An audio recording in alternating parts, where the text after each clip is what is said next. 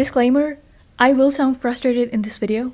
If the person I said no to is watching this video, I owe you nothing.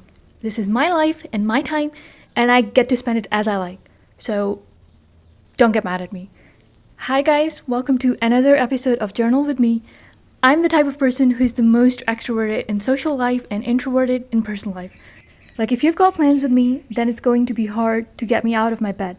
But once I am out of my bed, I'm the most fun person to have around, at the cost of my to-do list piling up. Trust me, I'm not saying this out of arrogance, but I have got messages on WhatsApp I haven't responded to in days, and now I'm kind of scared too because, I texted this one person after 3 days while having shamelessly updating my status before, and now I'm left on scene. Today I turned down everything else to just film this video because I've been putting it off for so long. It was originally scheduled to come out on Monday, but it kept getting delayed because of work, which honestly was not even on my plate, but it's also exactly what this video is about. I've gotten so used to squeezing my own plans in between everyone else's priorities, and today I just thought, why am I constantly rearranging my day? Which is why I'm journaling today, letting go of the guilt that comes with saying no.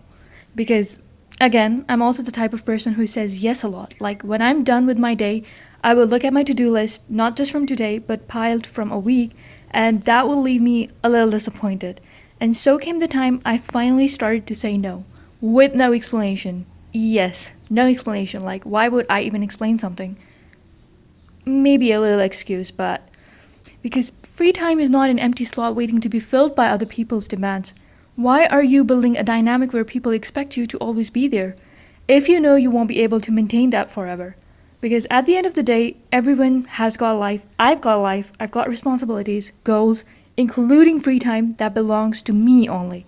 And of course, free time is yours only. And every time you say yes to something that drains you, you're saying no to your goals. So it really comes down to two things. It's either saying no to others or saying no to yourself.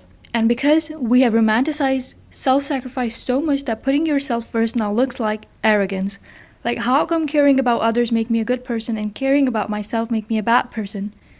But then again, the problem isn't saying no to everyone. It's saying no to the people you love and care about. Your family, your friends, they're tied to your emotional and personal life. For me though, what is considered normal for other people is not always normal for me. It's not that I enjoy rejecting people, or that I'm looking for ways to distance myself, but when something doesn't align with my lifestyle or how I think, my instinct is to say no. And that choice is not, well, as simple as it sounds, but I've been labeled rude or being too rigid. And I would be lying if I said that it never affected me. There was a time when I really began to think that way of myself. Maybe I am too difficult, or maybe I'm too much, or you get it. So I tried to be flexible, like adjust and compromise. And that is exactly when I slowly began to neglect myself by becoming too empathetic. It wasn't bad, but I love being there for people I care about, but I also care about myself. And like I said earlier, how come caring about others make me a good person and caring about myself make me a bad person? So I tried becoming flexible, but my way this time. And so I stopped diluting my personality and also realized what people call rigid is simply someone who knows what doesn't work for them. And I didn't fit into certain lifestyle standards that other people consider normal. So it was not about judging how they live or that my way is superior. It was about acknowledging myself, because at the end of the day, we're all building our own life. We all have different thresholds, different social batteries, routines, dreams, and moral compasses. So what drains me might energize someone else. It's not about being out there for someone, but if it costs you your time and your mental health and energy, it's just not worth it. Not every situation, well, I believe deserves a yes. I didn't fully understand this until recently.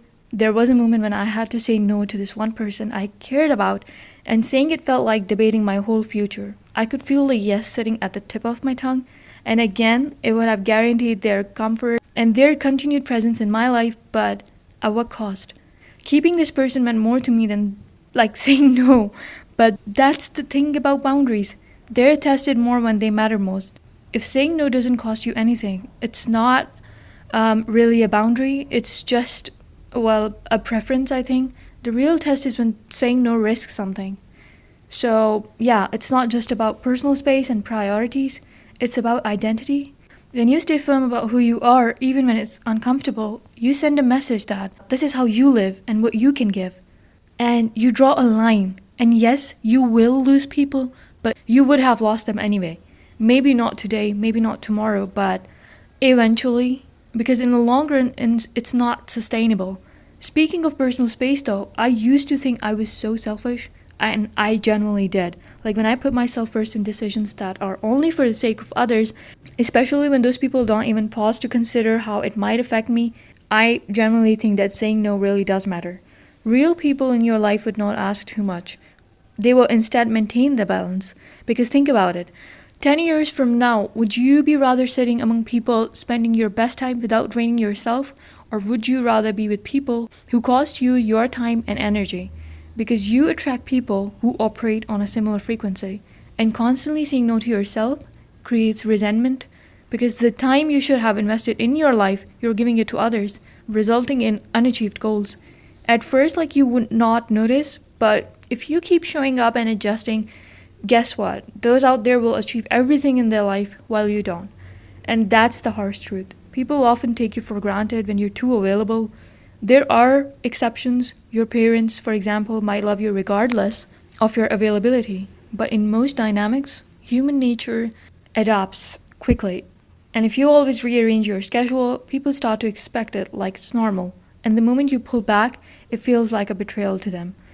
So at the end, compatibility requires honesty from the beginning.